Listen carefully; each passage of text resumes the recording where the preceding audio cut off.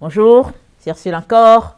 On est le 4 octobre 2022. Alors, je viens sonner la trompette aujourd'hui encore et je viens proclamer le retour de notre Seigneur Jésus-Christ. Soyons tous bénis. Alors, je viens parler de notre terre, l'arbre de la connaissance du bien et du mal. Amen. Alors, c'est pas du nouveau. Peut-être que ce qui est nouveau, c'est le fait que le Seigneur ouvre tes yeux au fait que l'arbre de la connaissance du bien et du mal, c'est la terre. Ok? C'est pas que c'était planté quelque part là-bas et puis, en tout cas, c'est là. Tu vis dedans. Tu vis là où il y a cet arbre-là et puis tu manges les fruits de cet arbre-là à tous les jours. C'est notre terre et sur notre terre, on est appelé à vivre comme bon nous semble. On est appelé à vivre selon notre désir, selon ce qu'on veut faire. C'est à cela que nous appelle la vie de ce monde. Si tu te sens bien par rapport à quelque chose, tu le fais. À moins que tu aies un parent qui te dise non. Et quand tu as une loi qui régit tes actions, cette loi n'est pas la loi de l'Éternel parce que c'est les coutumes, les mœurs, les religions. Et voilà à quoi s'occupe l'être humain sur cette terre. À tous les jours, l'être humain se réveille et il vient consommer le fruit de l'arbre de la connaissance du bien et du mal. Et le Seigneur t'offre aujourd'hui de changer de consommation, de nourriture. Il t'offre de manger à l'arbre de vie. C'est ça que notre Seigneur t'offre. Et ce n'est pas juste aujourd'hui qu'il le fait, mais à tous les jours, il te dit aujourd'hui, si vous entendez sa voix, n'endurcissez pas vos cœurs. Aujourd'hui, le 4 octobre 2022, tu es appelé à ne pas endurcir ton cœur. Et tu es appelé à manger les fruits de l'arbre de vie. Amen. Et si c'est comme ça que tu décides de marcher, sache que aujourd'hui même, la vie t'est injectée. Amen. Et tout ton ADN, tout va changer en fonction de la vie. Alors, depuis le jardin d'Éden, nous savons que nos parents, Adam et Ève, ont mangé l'arbre de la connaissance du bien et du mal, c'est-à-dire qu'ils ont décidé de désobéir à Dieu et de marcher selon la voie qu'ils ont entendue, c'est-à-dire la voie de l'ennemi. Et ils ont décidé de trouver un équilibre entre les deux dieux, je peux mettre ça entre guillemets, entre les deux dieux. Alors, celui qui leur a arraché ce qui leur revenait, et puis le vrai qui les a créés. Alors, voilà comment ils ont décidé de naviguer. Alors, si bien que toute la terre a été infectée, et puis aujourd'hui, en 2022, nous sommes beaucoup plus souillés que n'a été Adam et Ève. C'est le cas de le dire. Aujourd'hui, 4 octobre 2022, il y a encore des gens qui ne sont responsables de rien. C'est toujours Adam et Ève qui ont fait quelque chose, en particulier Ève, qui a envoyé le mal.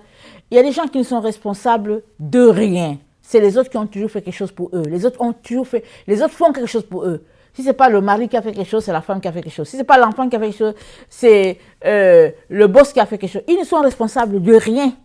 Ils sont toujours en train de domper les problèmes qu'ils ont sur la cour des autres. Toujours, c'est quelqu'un qui est responsable. Et si tu es ce type de personne, il se pourrait que tu passes toute ta vie à tourner en rond sur toi-même. Seuls ceux qui s'arrêtent pour considérer ce qui s'est passé et qui cherchent à savoir comment ils vont enlever le filet de leurs pieds, seuls ceux-là vont avancer avec leur vie. Et toi, tu vas rester en train d'accuser les gens. Matin, midi, soir, tu vas dire que les autres ont fait ici pour toi. Toi, tu n'as rien fait, les autres ont fait. Et Dieu nous appelle en ce jour à changer notre vie, à changer le cours de notre vie, à changer la direction. Amen. Que l'ennemi a donné à l'humanité. Alors, on va lire Genèse 3, ça dit ceci. Le serpent était le plus rusé de tous les animaux des champs que l'Éternel, Dieu, avait fait. Il dit à la femme, Dieu a-t-il réellement dit, vous ne mangerez pas de tous les arbres du jardin? La femme répondit au serpent, nous mangeons du fruit des arbres du jardin. Mais quant au fruit de l'arbre qui est au milieu du jardin, Dieu a dit, vous n'en mangerez point et vous n'y toucherez point. De peur que, vous ne toucherez point, de peur que vous ne mouriez. Alors le serpent dit à la femme, vous ne mourrez pas. Mais Dieu sait que le jour où vous en mangerez, vos yeux s'ouvriront et vous serez comme des dieux connaissant le bien et le mal. Alors, la femme vit que l'arbre était bon à manger et agréable à la vue. Elle a d'abord vu que l'arbre était bon à manger. C'est-à-dire, elle a projeté que cet arbre-là, il serait bon. Et c'est après cela qu'elle a mangé. Elle n'a pas d'abord mangé avant de dire que c'est bon. Non, c'est dit que la femme vit que l'arbre était bon à manger et agréable à la vue. C'est-à-dire que sa conscience, son être intérieur s'est accordé avec ce que Satan a dit. Alors, à partir de ce moment-là, elle a vu que l'arbre était bon à manger et agréable à la vue. Elle est là, elle s'est arrêtée pour regarder. Mais cet arbre était dans le jardin du même temps qu'elle était là. Elle a côtoyé l'arbre là tout le temps. Mais elle s'était tenue à ce que Dieu a dit. Vous ne mangerez pas l'arbre de la connaissance du bien et du mal. Parce que le jour où vous en mangerez, vous mourrez. Alors quand tu es quelqu'un qui veut obéir, mais tu ne regardes même pas en direction de là où la chose se... Non, non, non. Dieu a dit quelque chose, tu es concentré. Tu gardes ton focus sur Dieu et sur ce qu'il a dit. Jusqu'au jour où tu enlèves ton focus. Le jour où tu enlèves ton focus, c'est ce jour-là aussi que Satan vient pour pouvoir te tenter. Rappelons-nous, Jésus-Christ a pris 40 jours focusé sur Dieu. Focusé, ça n'existe pas en français. Son focus était sur Dieu. Dès qu'il est sorti de son jeûne, voilà quelqu'un qui est venu pour dire que si tu es fils de Dieu, nanana. Jésus a dit, il est écrit, et puis il est écrit. Jésus a refuté Satan par la puissance de sa parole, qui est la parole de Dieu. Alors, l'ennemi est venu planter une semence mauvaise en Adam, en Ève, en lui disant que, au fait, c'est Dieu qui est mesquin. Parce qu'il lui dit que, mais non, Dieu sait que le jour où vous en mangerez, vos yeux s'ouvriront. Autrement dit, Dieu ne vous a pas donné le bon conseil. Il sait que vos yeux vont s'ouvrir, alors il ne vous a pas donné le bon conseil. Alors, donc c'est moi là, c'est moi Satan qui vous donne le bon conseil. Alors, elle s'est accordée par des flatteries, par la séduction. Il a gagné son cœur et elle s'est mise à consommer le fruit de l'arbre que Dieu avait dit, vous ne toucherez point. Pareil pour toi et moi vivant sur cette terre. Tout est beau pour nous quand on est des enfants obéissants. Quand nos parents nous apprennent à obéir, on obéit à papa et maman et on est sur le droit chemin. Jusqu'au jour où quelqu'un vient nous tromper pour nous dire qu'on a grandi, on a 18 ans. Qu'à partir de 18 ans, on n'a pas besoin d'écouter les parents. Et mieux encore, dans plusieurs endroits sur la terre, c'est dit 14 ans. On dit à la jeune fille à 14 ans, écoute, tu n'as pas besoin de l'avis de tes parents, il suffit juste ton consentement et tout et tout. Et il paraît même qu'ils sont sur le point de baisser cela.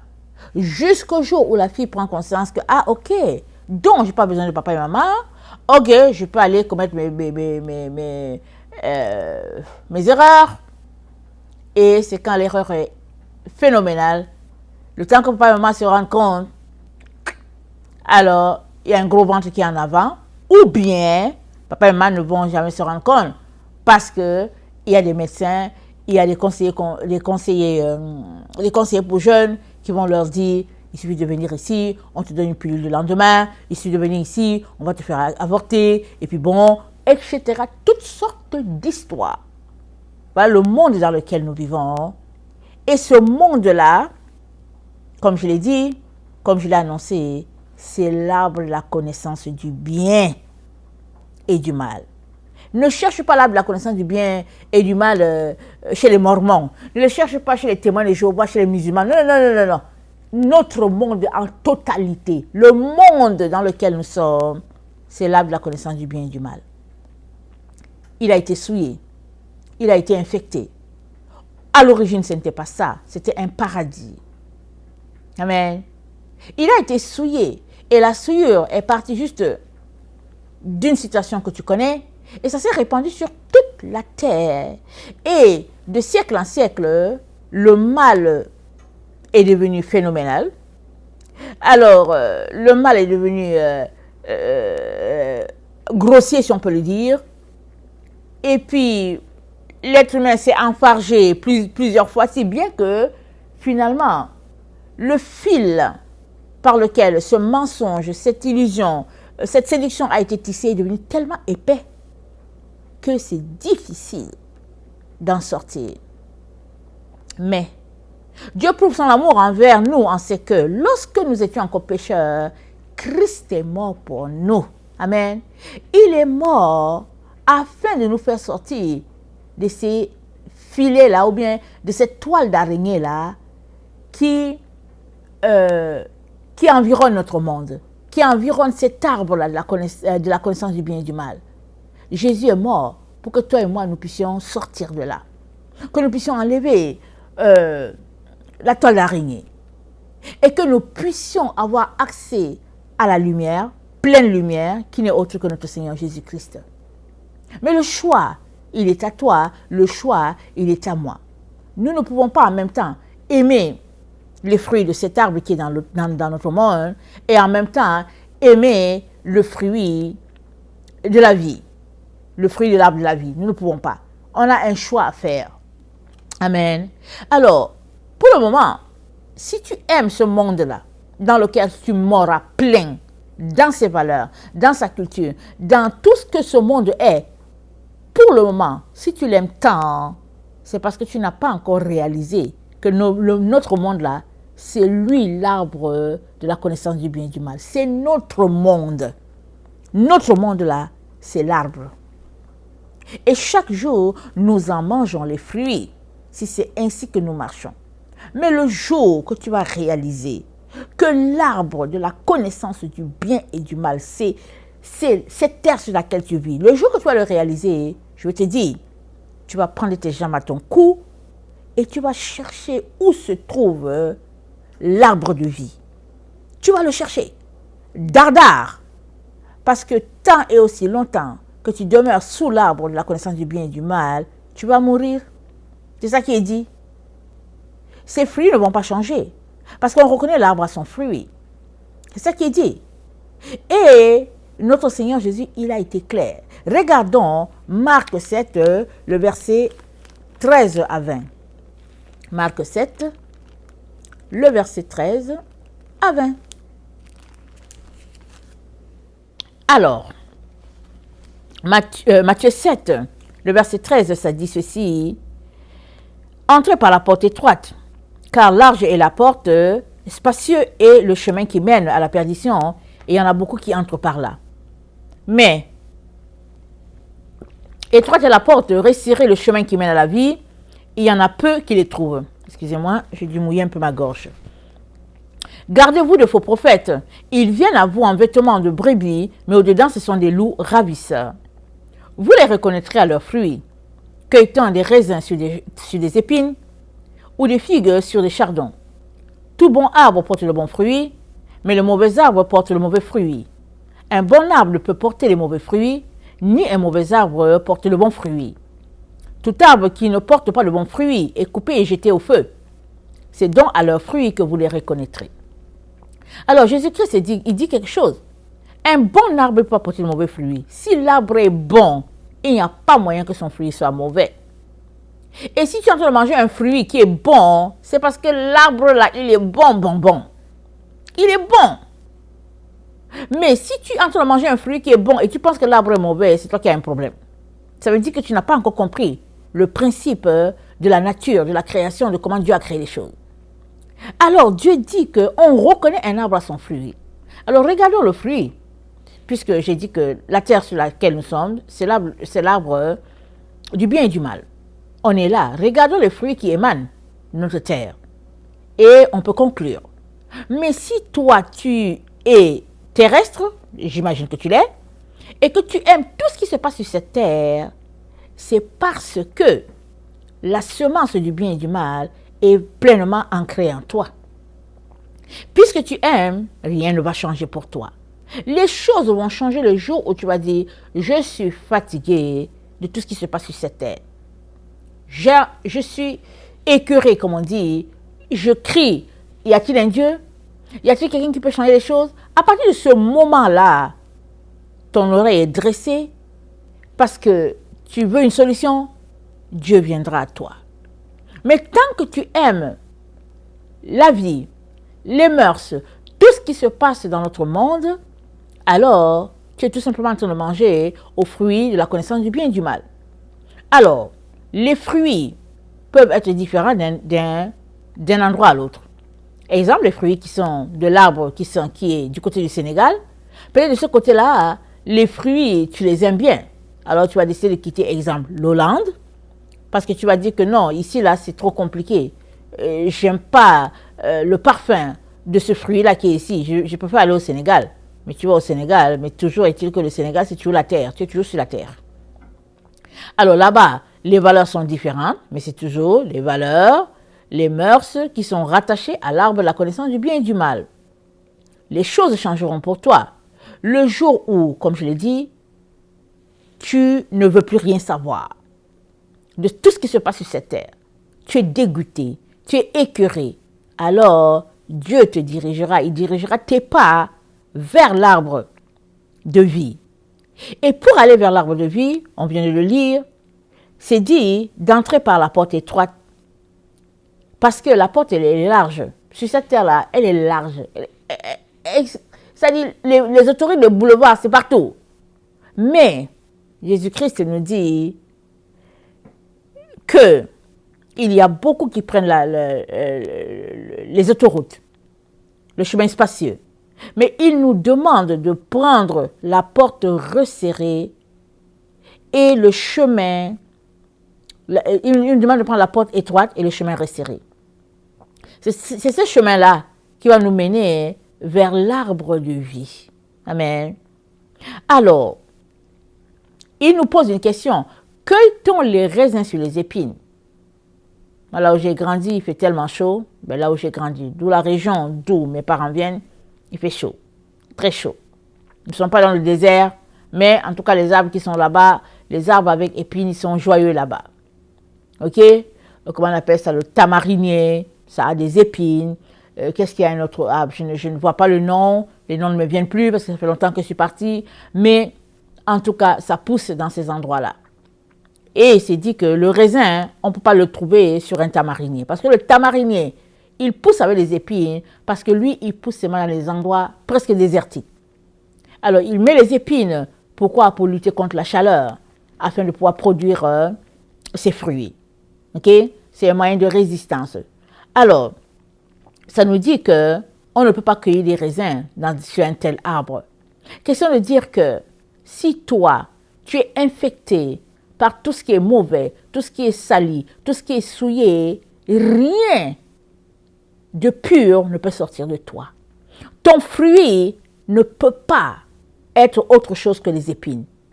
Ça dit que ton fruit ne peut pas être du raisin. Ça sera des épines et des épines. Parce qu'à l'intérieur, c'est l'ADN qui va produire, ou bien l'ADN de l'arbre, là, ce n'est que ça qui va donner, ça donne comment on appelle ça? Ça donne le tamarinier. OK? Ça ne peut pas être autre chose. Ça, c'est un exemple que je prends. Quoique je ne sais plus si le tamarinier a des épines, excusez-moi, parce que c'est tellement lointain. Exemple, peut-être que ce n'est pas le bon exemple, mais anyway, on continue. Seigneur, pardonne-moi si le tamarinier n'a pas d'épines, parce que je ne me souviens presque plus. OK. Alors, on va prendre un autre texte. Dans Marc 7, le verset 6, Marc 7, le verset 6, voilà ce qui est dit.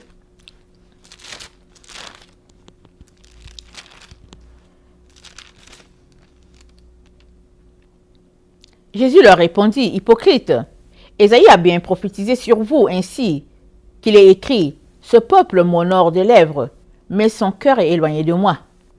C'est en vain qu'ils m'honorent, en donnant des préceptes qui sont des commandements d'hommes. Vous abandonnez le commandement de Dieu et vous observez la tradition des hommes. Il leur dit encore, vous anéantissez fort bien le commandement de Dieu pour garder votre tradition. Car Moïse a dit, honore ton père et ta mère, et celui qui maudit son père ou sa mère sera puni de mort. Mais vous, vous dites, si un homme dit à son père ou à sa mère, ce dont j'aurais pu t'assister est corban, c'est-à-dire une offrande à Dieu, vous ne le laissez plus rien faire. Vous ne le laissez plus rien faire pour son père ou pour sa mère, annulant ainsi la parole de Dieu par votre tradition que vous avez établie, et vous faites beaucoup d'autres choses semblables. Ensuite, ayant de nouveau appelé la foule, il leur dit, écoutez-moi tous et comprenez. Il n'est hors de l'homme rien qui entrant en lui puisse le souiller. Mais ce qui sort de l'homme, c'est ce qui le souille. Ce qui sort de l'homme, c'est ce qui le souille. Ce qui sort de toi, ce qui sort de moi, c'est ce qui nous souille. Alors, quand nous parlons, qu'est-ce qui sort de nous? C'est ça qui nous souille. Alors, si nous ne voulons pas être souillés, c'est mieux de fermer la bouche, de mettre le zip, de mettre la fermeture sur la bouche et de rester tranquille. Parce que c'est ça qui souille l'homme. Alors, vous savez, il y a ces peuples-là en Afrique qui portent des disques sur la bouche. Okay? Ils portent des disques sur la bouche, à un moment donné, ils mettent un bâton, la bouche est fermée. Alors, la sagesse de ces peuples-là, ils disent que non, c'est mieux de ne pas beaucoup parler. Alors, ils mettent quelque chose pour fermer leur bouche. Et c'est ça qui montre que Dieu a dit que ceux qui n'ont pas la loi de Dieu, ils seront jugés selon leur loi. Alors, quand on regarde les sociétés traditionnelles comme ça, et qu'on voit qu'ils mettent quelque chose à leur bouche pour ne pas beaucoup parler, on comprend que l'être humain en lui-même, il sait qu'il ne faut pas beaucoup débiter. Okay? C'est mieux de rester tranquille. Et Jésus-Christ dit ça ici. Il dit que c'est ce qui sort de l'homme qui le souille. Ce n'est pas ce qui entre qui le souille, c'est ce qui sort. Il est donc très important que on puisse nettoyer ce qui est à l'intérieur, puisque ce qui nous souille, c'est ce qui est dedans. Mais qu'est-ce qui est dedans? Qu'est-ce que nous avons à l'intérieur qui nous souille? Et comment ces choses ont-ils fait pour entrer à l'intérieur? Si nous continuons de lire Matthieu, amen, nous allons savoir que l'œil, c'est la porte de l'âme. Ça veut dire que tout ce qu'il y a à l'intérieur de nous, ça entre par les yeux. C'est ça que c'est dit. Les yeux, c'est la porte de l'âme. Donc, ce que tu vois, c'est ça qui entre et puis ça va te souiller. Alors, il est donc très important que tu gardes ton regard pur. Voilà pourquoi Satan a inventé la télévision, les tablettes, et tout ça, parce qu'il sait que c'est le moyen le plus rapide pour souiller l'être humain. Mais toi et moi sommes appelés à vivre à contre-courant de tout ce qui se passe dans notre société, dans notre monde, qui n'est autre que l'arbre de la connaissance du bien et du mal. Et comme la situation est telle que malgré tous nos efforts pour garder notre arbre que nous sommes, il y a toujours des situations où la souillure vient. Voilà pourquoi il est important de limiter au maximum ton interaction avec les choses de l'ennemi. C'est pour cela que Jésus-Christ dit, le verset 19, car, attendez, il leur dit, vous aussi, êtes-vous donc sans intelligence, le verset 18. Ne comprenez-vous pas que rien de ce qui du dehors entre dans l'homme ne peut le souiller? Car cela n'entre pas dans son cœur, mais dans son ventre. Puis s'en va dans les lieux secrets, puis purifie tous les aliments. Il dit encore, ce qui sort de l'homme, c'est ce qui souille l'homme. Car c'est du dedans, c'est du cœur des hommes que sortent les mauvaises pensées, les adultères, les impudicités, les meurtres, les vols, les cupidités, les méchancetés, la fraude, le dérèglement, le regard envieux, la calomnie, l'orgueil, la folie. Toutes ces choses mauvaises sortent du dedans et souillent l'homme. Et comme je venais de dire, mais comment ces choses ont-elles fait pour entrer? Évidemment, si tu passes ton temps à louer les films sur Netflix, les films où les gens passent leur temps à faire l'amour et puis je sais pas quoi. Normal que tout à l'intérieur de toi soit souillé. Parce qu'aujourd'hui, le monde, c'est plein de bestialité. C'est-à-dire, c'est des choses animales. Tu t'arrêtes, tu te dis, mais comment un être humain peut s'arrêter pour penser à ça? Justement, les gens qui ont conçu le monde dans lequel nous sommes, ce n'est pas des êtres humains. C'est des aliens, c'est des anges déchus qui ont recouvert la peau humaine. Ils sont là, ils sont dans les sociétés. Ils sont partout, ils sont établis partout dans nos sociétés. Et ils font marcher la société. Toi, l'enfant de Dieu, tu dois te mettre vraiment à l'écart de cette société-là. Et si tu ne le fais pas, tu es en train de consommer l'arbre de la connaissance du bien et du mal. Tu es en train de mordre en plein dedans. Et tu as l'impression que tu es évolué, tu as l'impression que tu connais, et puis bon voilà. Mais au fait, tu es tout simplement en train de te souiller et en direction de l'enfer. La seule manière pour toi de ne pas atterrir en enfer, vivant dans ce monde dans lequel nous sommes, c'est qu'il faudrait que tu t'organises pour prendre le chemin étroit et resserré afin d'aller consommer l'arbre de vie. Amen.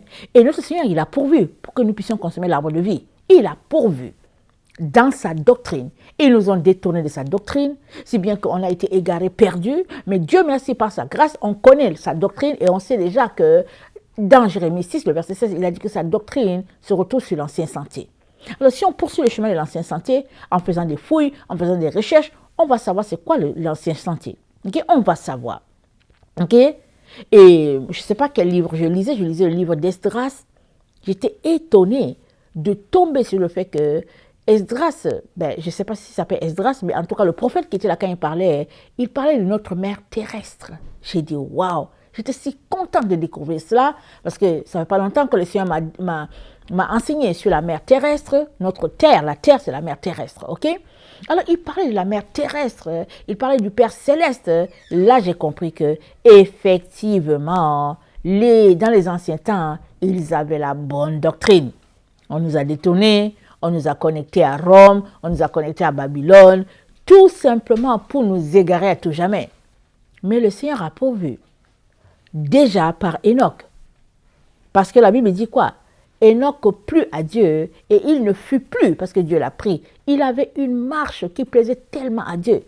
Il a marché avec les anges. Il a parlé avec les anges. Dieu nous a fait pour qu'on puisse parler avec les anges. Pour qu'on puisse marcher avec les anges. Mais nous, on nous a éduqués. On nous a dit que non, vous ne devez pas parler aux anges. Non, vous ne devez pas les toucher. Non, les anges et tout ça. Et on nous a dit que non. Et puis, non seulement on ne nous a pas donné une doctrine. On nous a dit qu'on pouvait faire ce qu'on veut. Parce que Jésus-Christ est mort pour nous. Donc on est peinards. On fait ce qu'on veut. Mais dans le fond, en nous donnant ces conseils, ils nous ont tout simplement assassinés. C'est-à-dire, on marche sur la terre, des êtres secs, des êtres morts, mais on ne sait pas qu'on est mort. On est dans l'illusion d'être vivant. C'est ça le plus grand tort qu'ils nous ont fait. L'illusion d'être vivant. Alors, tu as Jésus dans ta vie, tu ne fais rien pour purifier ton corps, tu ne fais rien parce que tu as Jésus, tu es peinard, tu es heureux et tu vis d'illusion en disant qu'il va venir te prendre. Voilà dans quoi ils nous ont plongé. Mais le Seigneur te donne de réaliser que la terre a été infectée, elle a été souillée, la terre attend la révélation des fils de Dieu, elle a été complètement corrompue. Et on se retrouve tous les jours à consommer l'arbre du bien et du mal. Mais si tu choisissais, si tu décidais de changer de voie, si tu décidais de prendre le chemin étroit et resserré, il te conduirait tout droit à l'arbre de vie. Amen. Il te conduirait là. Et c'est là-bas que tu auras ta délivrance, c'est là que tu auras ta restauration. Regardons Apocalypse 22. Apocalypse 22, le verset 1 à 5, nous dit « Il me montra un fleuve d'eau de la vie, limpide comme du cristal qui sortait du trône de Dieu et de l'agneau. » Alors l'eau limpide, c'est quoi? C'est la parole de Dieu. C'est la vraie parole de Dieu. La parole de Dieu non souillée, non mélangée, non corrompue. Alors là, l'ange montre ça à Jean. Et Jean nous dit, donc il suit le chemin là, le cours d'eau là, limpide là, et au milieu de la place de la ville, Sur les deux bords, il voit un arbre de vie produisant 12 fois de fruits, rendant chaque mois, rendant son fruit chaque mois, dont les feuilles servaient à la guérison des nations. Il n'y aurait plus d'anathème. Le trône de Dieu et de l'agneau seront dans la ville. Ses serviteurs le serviront et verront sa face et son nom sera sur leur front. Il n'y aura plus de nuit. Ils n'auront plus besoin de lampes ni de lumière parce que le Seigneur Dieu les éclairera et ils régneront au siècle des siècles. Il n'y a pas de soleil, il n'y a pas de lune parce que c'est la loi de l'Éternel. Amen, qui éclaire la ville. Et où est la loi de l'Éternel? La loi de l'Éternel est dans nos cœurs. Amen. On est appelé à manger la parole de Dieu.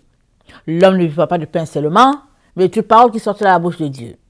Alors, plus tu consommes la parole de Dieu, plus tu deviens un être illuminé, tu deviens la lumière, et la nouvelle Jérusalem sera faite de personnes qui ont été transformées par la parole de Dieu. Ils seront des lampes brillantes, ils seront des lumières dans toute la ville. Donc, pas besoin que le soleil soit là. Chaque personne sera une lumière et elle va éclairer. Amen. Et l'arbre de la connaissance, de vie, amen. Nous sommes informés dans Apocalypse 22, nous sommes informés que il y a un cours d'eau, amen, qui coule de ce côté-là. Et on vient de lire dans Marc, que ça se prend sur le chemin étroit et ça se prend sur la porte étroite et le chemin resserré. Ça veut dire que plus tu marches sur ce chemin-là, le chemin où se trouve Jésus, parce que Jésus c'est la porte, plus tu marches sur ce chemin-là, plus il devient étroit, plus il devient étroit, plus il devient étroit. Et il va te conduire, là il y a l'arbre de vie. Mais l'arbre de vie, comment en sommes-nous arrivés là, à connaître l'arbre de vie? Mais l'arbre de vie existe depuis longtemps. Ils nous ont enlevé l'arbre de vie, ils nous ont égarés, mais par la grâce de Dieu, il nous a permis de retrouver le chemin. Amen. Il l'a dit. Allons-y, regardez Apocalypse 2. Apocalypse 2, excusez-moi. C'est l'église d'Éphèse. Et je vais lire ça. Je vais lire ce qui est dit. C'est dit. Écrit à l'ange de l'église d'Éphèse. Voici ce que dit celui qui tient les 7 étoiles dans sa main. Celui qui marche au milieu des 7 chandeliers d'or. Je connais tes œuvres, ton travail, ta persévérance. Je sais que tu ne peux supporter les méchants. Que tu as éprouvé ceux qui se disent apôtres et qui ne le sont pas. Et que tu les as trouvés menteurs. Que tu as de la persévérance. Que tu as souffert à cause de mon nom. Et que tu n'étais point lassé. Mais ce que j'ai contre toi, c'est que tu as abandonné ton premier amour. Donc, Éphèse a fait toutes les choses que Dieu attendait d'elle. Amen. Et Éphèse doit garder son amour pour le Seigneur. C'est-à-dire qu'avec tout ce que tu es, que tu as pour Jésus, avec tout ce que tu fais pour ton Seigneur, toi qui es son enfant, qui l'aime, il est très important que tu gardes la flamme. Il est très important que tu gardes le zèle pour ton Seigneur. Ça, c'est très important. Alors, il dit, tu as abandonné ton premier amour. Souviens-toi donc où tu es tombé. Repens-toi, pratique tes premières œuvres, sinon je viendrai à toi et j'ôterai ton chandelier. Ça veut dire que si tu gardes ta flamme allumée, alors ton chandelier est toujours là. Ton chandelier, c'est quoi? C'est la lumière de Dieu en toi. Ton chandelier, c'est ce que Dieu dit. Proverbe 20, le verset 27. La lumière de Dieu, ça dit quoi? Le souffle de Dieu, c'est la lampe de l'Éternel. Donc le souffle de Dieu qu'il nous a donné, c'est sa lampe. À chacun d'entre nous de le développer afin que la lumière puisse briller plus. La Bible dit quoi? On n'allume pas une lampe pour la mettre sous le boisseau. Jésus a allumé la lampe que tu es, mais tu ne dois pas cacher cette lumière-là que tu es.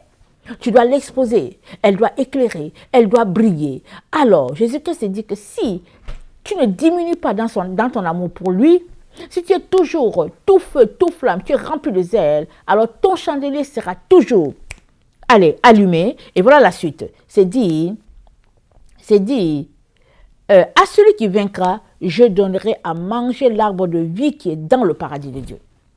Donc, en plus d'aimer le Seigneur, de détester les œuvres des Nicolaïtes, qui sont les œuvres de franc-maçonnerie, de sorcellerie, de Rose-Croix, de toutes les sectes-là, en plus de faire tout ça là, Jésus-Christ dit, il faut que ta flamme soit allumée, il faut que ton cœur soit rempli de zèle, il faut que l'amour que tu as pour toi aujourd'hui, en 2022, ça soit le même amour que tu avais pour Jésus, par exemple, en 1980, quand tu as cru en lui. Et il te dit que si tu gardes cette constante-là, cette marche ascendante avec lui, en laissant de côté toutes les œuvres des ténèbres, il te dit qu'il te conduira sûrement là où se trouve l'arbre de vie. Amen. Parce que qu'est-ce que le Seigneur veut pour nous? Il veut pour nous la vie. Il ne veut pas pour nous la mort. Il ne veut pas qu'on soit souillé.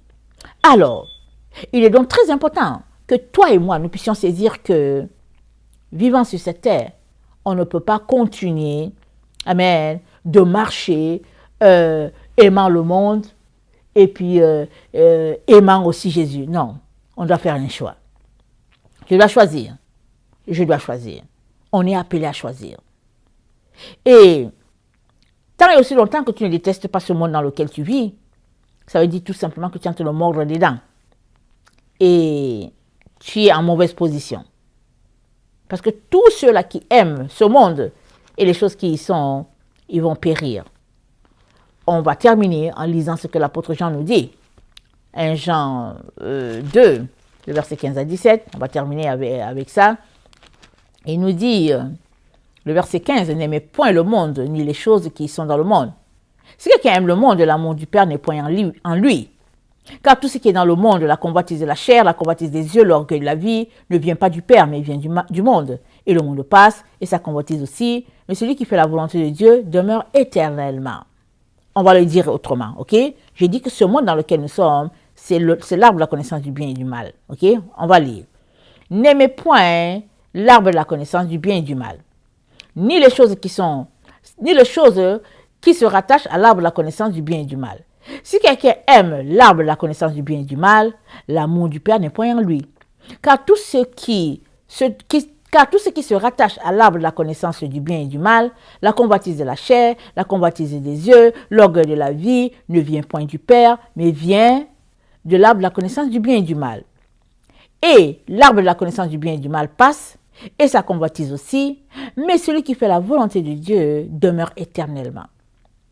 Mais celui qui mange à l'arbre de vie demeure éternellement. Amen. Je viens nous encourager tous à aller manger à l'arbre de vie.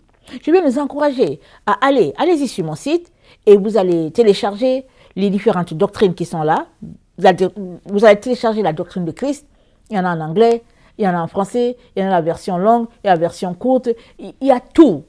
Parce qu'il est très important que tu le pratiques. Parce que le Seigneur m'a dit, dis à tout le monde que tous ceux qui se retrouveront à pratiquer la vraie doctrine, quand bien même ils vont mourir, non, quand bien même, ou bien s'ils mouraient par la destruction, ils allaient ressusciter. C'est ça que le Seigneur m'a dit. Tu dis ça à tout le monde qui pratique la vraie doctrine, qui se mettent à avoir leur communion avec leurs 14 anges, les 7 anges de la mer terrestre, les 7 anges du Père céleste, tous ceux qui se mettront à retourner sur l'ancien sentier, le Seigneur m'a dit, ils seront sauvés. S'ils meurent, ils vont ressusciter et ils auront part à la gloire de Dieu.